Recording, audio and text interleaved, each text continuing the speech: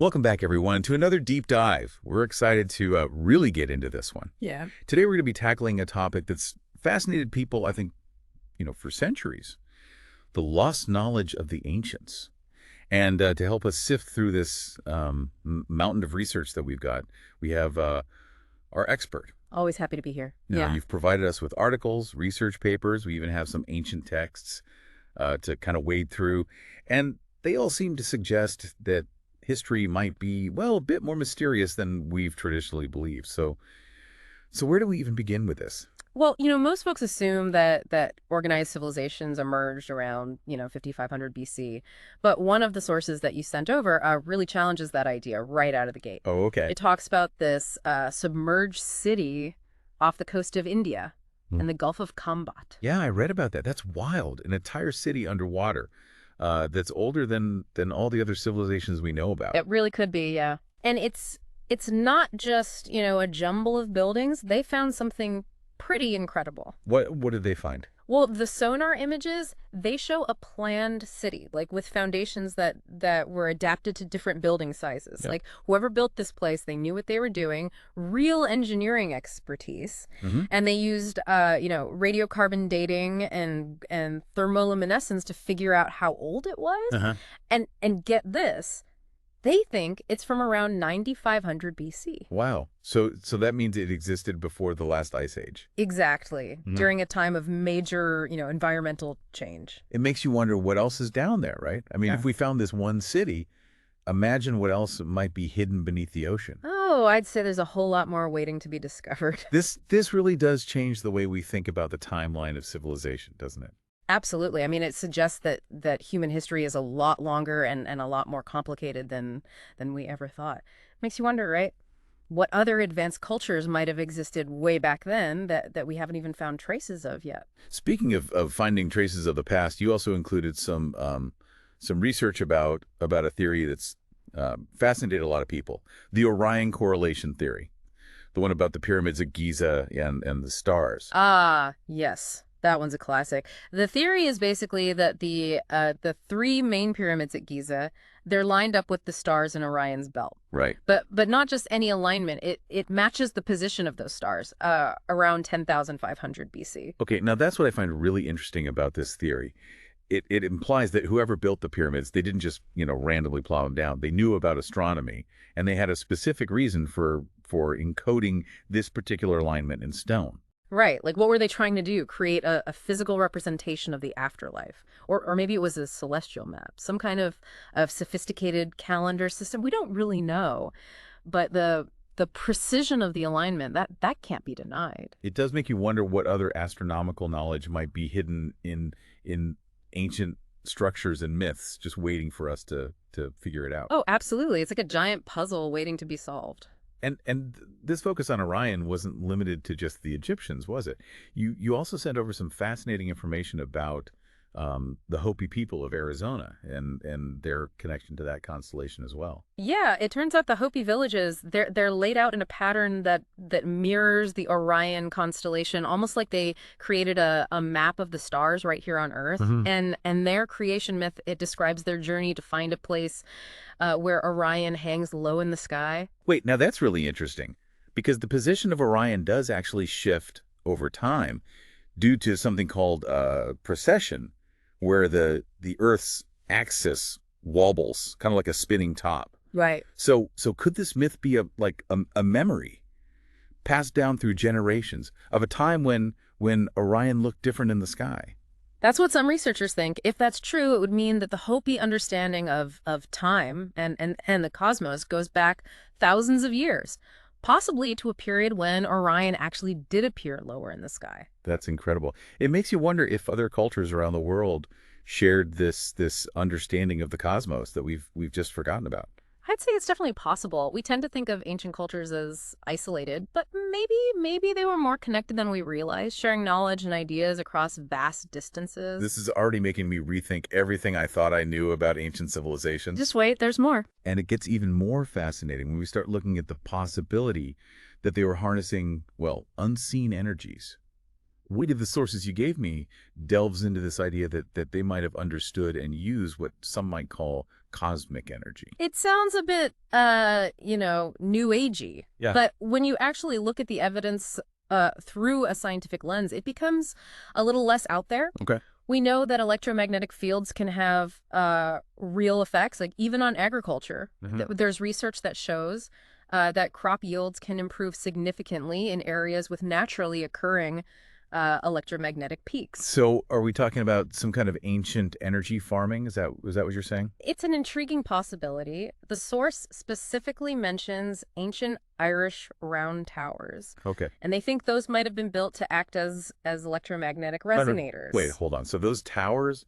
they weren't just for, like, looking out for invaders or religious ceremonies. Maybe not. They might have been harnessing some kind of energy that we don't even understand. Well, that's what some researchers believe. Wow. The source mentions a researcher named Philip Callahan, who suggested that these towers were designed to resonate with specific wavelengths of energy, potentially influencing crop growth or even serving as some kind of ancient communication system. Whoa. Now that is an idea that makes you stop and think. What if those towers were part of a network, channeling some kind of energy we can't even detect? It's like something straight out of science fiction. It definitely challenges our assumptions about what ancient people knew and what they were capable of. It does. The source also mentions ancient structures like the temples in Malta, suggesting they too might have been designed to focus and transmit electromagnetic energy. So we're talking about ancient civilizations manipulating energy fields for purposes we can only imagine. Healing, communication, maybe even influencing consciousness. Those are all fascinating possibilities. It is. It really suggests that ancient civilizations might have had a much deeper understanding of the relationship between electromagnetism and human consciousness and the universe than we give them credit for. Much deeper, yeah. Wow, this deep dive is really challenging my perceptions of what ancient cultures were capable of. We've gone from, like, submerged cities to manipulating energy, and now these sources are taking us into some even more mysterious territory.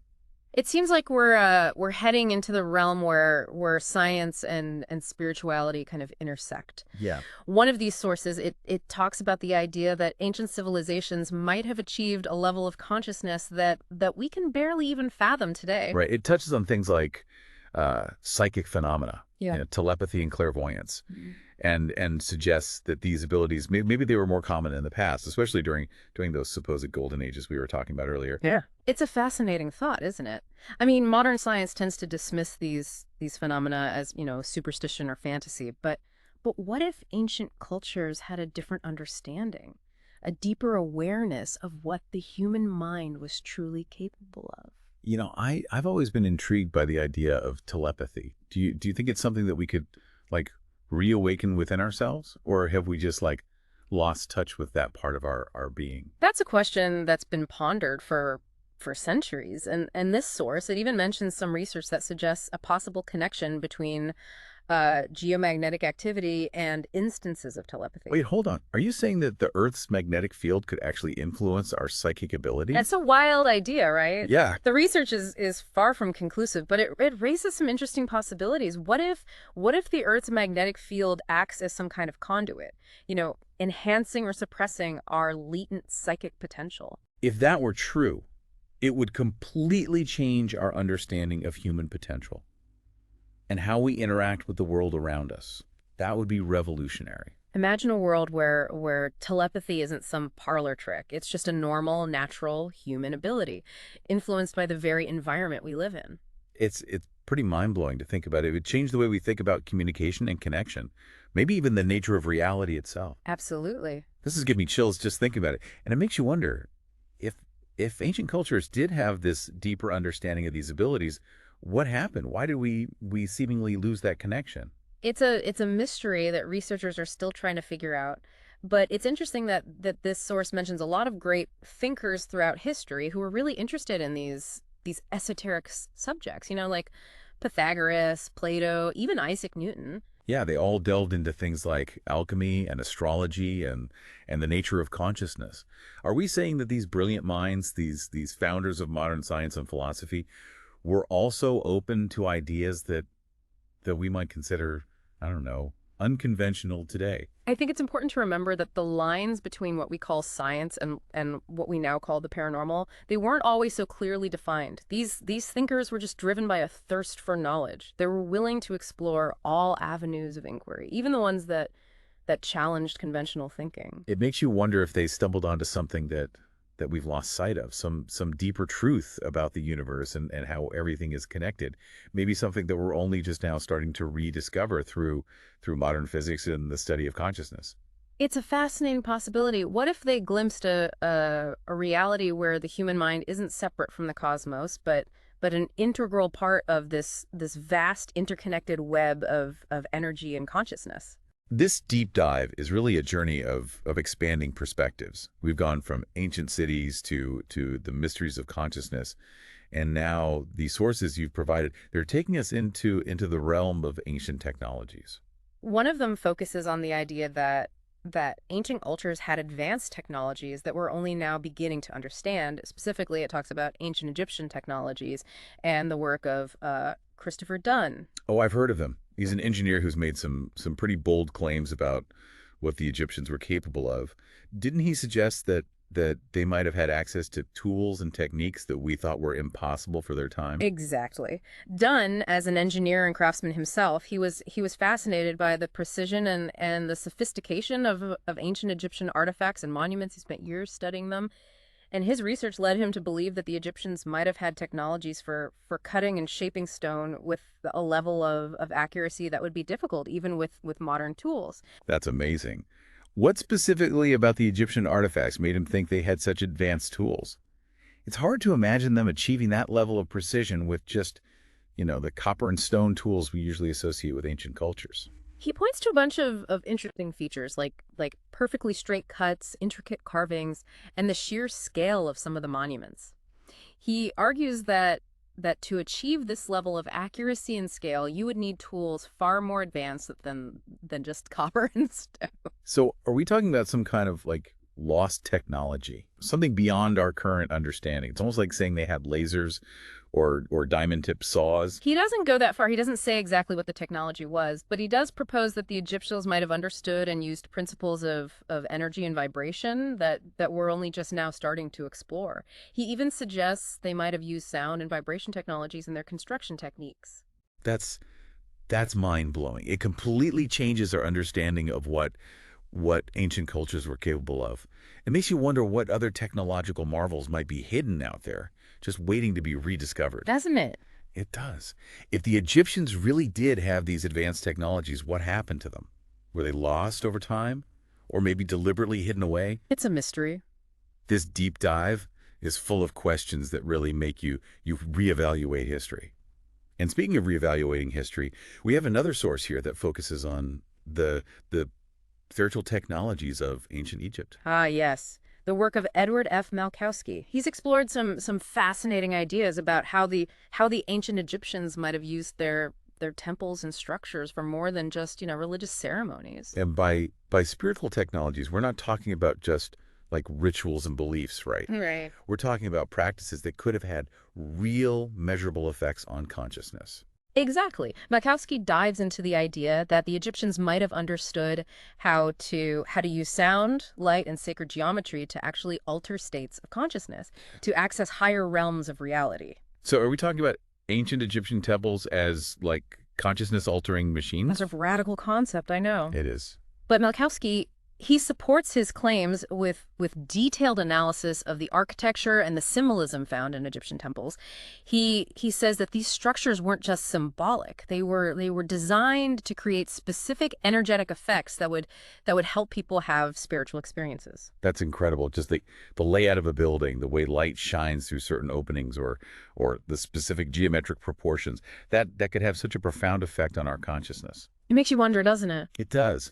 What I find really fascinating is that Malkowski connects ancient Egyptian spiritual technologies to modern physics. It is quite a leap. But he argues that the Egyptians, they might have intuited or even directly experienced concepts that we're only now starting to grasp through quantum physics. Okay. Like the idea that everything's interconnected, the role of consciousness in shaping reality, the existence of dimensions beyond our normal perception.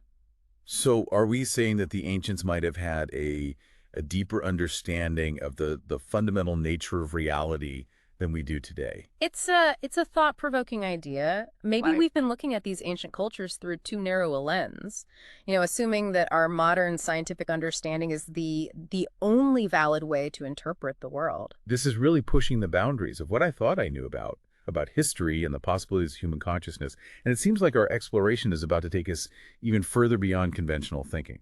The next source, it delves into the work of Richard C. Hoagland, Ah, yes. a rather controversial figure A bit controversial. who's made some pretty bold claims about ancient civilizations and thought extraterrestrial influences. Now this is where things get really interesting. Okay. Hoagland is definitely not afraid to challenge mainstream thinking. His work has definitely sparked a lot of intrigue and a lot of skepticism. I can imagine. So tell me, what has Hoagland uncovered that suggests extraterrestrial involvement in ancient cultures? Well, this source, it focuses on his investigations of NASA, Okay. claiming that they've been covering up evidence of ancient structures on Mars and the Moon. Wait, are we talking about the face on Mars and all those other alleged anomalies that have like fueled countless conspiracy theories? Exactly. Hoagland suggests that these features, they aren't natural geological formations. They're the remnants of ancient civilizations, possibly extraterrestrial. Okay. He points to geometric patterns, unusual alignments, and structures that just seem way too complex to be the result of random chance. Okay. So he's basically looking for signs of intelligent design. That's the gist of it. Okay. He believes that these features show a level of precision and complexity that could only have been achieved through intelligent engineering, and he suggests that the intelligence behind them might not have been, well, human. This is taking us deep into the realm of speculation. But even if we don't accept Hoagland's conclusions, Yeah. his work does make you think about the limits of our current knowledge Does, yeah. and the possibility that we might be missing something big because it just doesn't fit with our current understanding of the universe. Exactly. I mean, throughout this whole deep dive, we've seen so many examples of evidence that really challenges conventional thinking. Submerged cities, potential energy manipulation, psychic phenomena, advanced ancient technologies. It seems like the more we dig into these mysteries of the past, the more we realize how much we don't know. The humbling experience, to say the least. Right. We often think of ourselves as the pinnacle of human advancement, but maybe we're just standing on the shoulders of giants, Yep. whose knowledge and achievements we haven't even begun to fully grasp. Maybe the true legacy of the ancients isn't about specific technologies or abilities. Maybe it's about a way of thinking, a way of seeing the world and our place in it that we've somehow lost touch with. It makes you wonder what we could rediscover if we just approached the study of history with a more open mind, a willingness to consider possibilities that might seem crazy at first. What if the most incredible discoveries about our past are still out there? What if we're only just scratching the surface of a vast and complex history that goes way beyond our current understanding? This deep dive has definitely left me with more questions than answers, but I think that's a good thing. It reminds us that the quest for knowledge is a journey, and the more we learn, the more we realize how much there still is to discover. It's been a fascinating exploration. I hope our listeners are finding it as thought-provoking as we are. I hope so too. Maybe this deep dive will spark their own curiosity and inspire them to dig deeper into the mysteries of the past. I think you're right. If there's one thing we can take away from this deep dive, it's that the past is not a closed book. It's a living tapestry woven with threads of mystery and wonder and possibility. Yes. And it's up to each of us to keep exploring, to keep questioning, and to keep that spirit of discovery alive. And who knows what we might find along the way. Maybe the most profound insights are the ones that challenge our assumptions and expand our understanding of what's truly possible. I think you're absolutely right. Thank you for joining us on this incredible journey through the lost knowledge of the ancients. We hope you'll join us again for another deep dive into the fascinating and often mind-boggling world of knowledge and discovery. So we were talking about Richard Hoagland and his ideas about, NASA and potential evidence of ancient structures on Mars and the moon. It's definitely some out there stuff. Yeah. Yeah, Hoagland's work is definitely, pushing the boundaries. He's basically saying that NASA's been, like, downplaying or even, straight up suppressing evidence that could point to the existence of ancient civilizations, maybe even extraterrestrial ones. Right, and I can see why that's a pretty controversial idea. It's a big jump to go from, like, you know, interesting shapes on the surface of a planet to saying that they're proof of alien civilizations. What exactly is he pointing to as evidence? What's he seeing that makes him think that? Well, a lot of his focus is on things like the face on Mars, which, is that rock formation that kind of looks like a human face if you look at it in a certain way. Right. He also points to other features on Mars and the Moon that he thinks show like geometric patterns and alignments that are just too complex to be natural. So he's basically saying that these things look like they were like intelligently designed.